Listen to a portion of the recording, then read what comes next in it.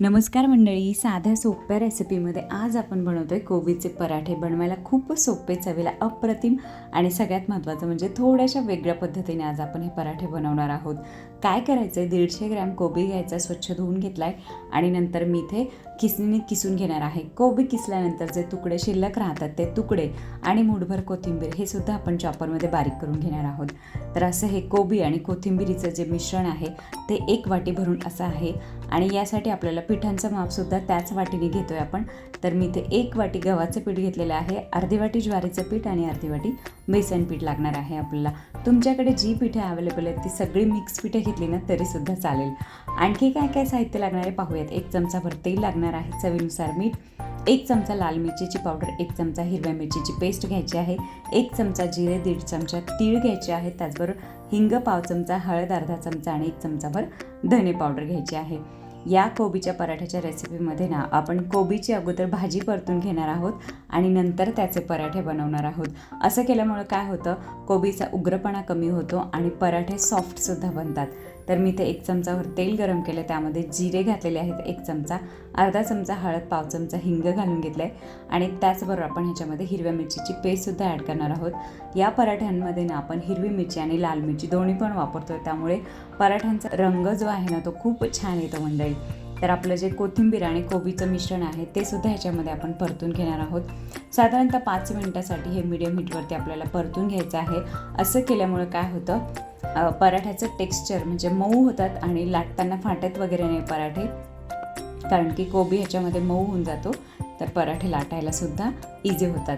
त्यामध्ये आपण जे आपले मसाले आहेत जे आपण प्रत्येक पराठे किंवा थेपल्यामध्ये घालतो तेच ह्याच्यात ॲड करतोय. धने पावडर, लाल मिरचीची पावडर, भरपूर सारे तीळ घालायचे आहेत आणि त्याचबरोबर तुम्ही ना ह्याच्यामध्ये थोडासा ओवासुद्धा ॲड करू शकता. हा मंडळी 4 दाणे साखरेचे घालायचे आहेत, त्यामुळे कोबीचा उग्रपणा जो आहे ना तो कमी होतो किंवा थोडासा जो कोबीला वास येतो तो येत नाही आणि आपले पराठे छान टेस्टी बनतात. तर अशी ही कोबीची भाजी छानपैकी थंड होऊ द्यायची आहे आणि नंतर त्यामध्ये आपण गव्हाचं पीठ, ज्वारीचं पीठ आणि बेसन पीठ आणि त्याचबरोबर चवीनुसार मीठ घालून सगळं छान मिक्स करायचं आहे. अगोदर व्यवस्थित मिक्स करा आणि नंतर थोडं थोडं पाणी घालून घट्ट असं पीठ मळून घ्यायचं आहे. तर हे असं पीठ बनवून ना तुम्ही फ्रीजमध्ये इथं स्टोअर करू शकता आणि सकाळी गडबडीच्या वेळेस त्याचे छानपैकी तुम्ही गरम गरम पराठे ॲज अ ब्रेकफास्ट म्हणून सुद्धा देऊ शकता किंवा मग टिफिनमध्ये देऊ शकता लहान मुलांच्या. आणि त्याचबरोबर ना दुपारच्या जेवणामध्ये सुद्धा एखादी दही, कोशिंबीर, रायताबरोबर सुद्धा हा पराठा खूप मस्त जातो मंडळी. तर पीठ मळून झाल्यानंतर ना पीठ एकसारखं करण्यासाठी मी थोडासा तेलाचा हातसुद्धा लावलेला आहे आणि नंतर पीठ एकसारखं करून घ्यायचं आहे. तर आपलं कोबीच्या पराठ्याचं जे पीठ आहे ना ते तयार आहे. तुमच्याकडे वेळ असेल तर 10 ते 15 मिनटासाठी पिठाला रेस्ट द्या आणि नंतर ह्याचे छानपैकी पराठे बनवून घ्यायचे आहे. तर मंडळी, तुम्ही जर माझ्या चॅनलवर नवीन असाल ना तर मी माझ्या चॅनलवर अशाच साध्या सोप्या, हेल्दी आणि झटपट बनणाऱ्या रेसिपीज अपलोड करत असते, ज्या की मी माझ्या घरामध्ये माझ्या फॅमिलीसाठी बनवते. त्यामुळे चॅनलवर नवीन असाल आणि व्हिडिओ आवडला तर लाईक, शेअर करून माझ्या चॅनलला सबस्क्राईबसुद्धा करा मंडळी. बेल आयकॉनचं बटन प्रेस करा जेणेकरून माझ्या नवनवीन रेसिपीजचे अपडेट तुम्हाला येत राहतील. तर पिठामधला एक गोळा मी घेतलेला आहे, थोडं थोडं पीठ लावून त्याचं छानपैकी पातळ पराठा लाटून घ्यायचा आहे.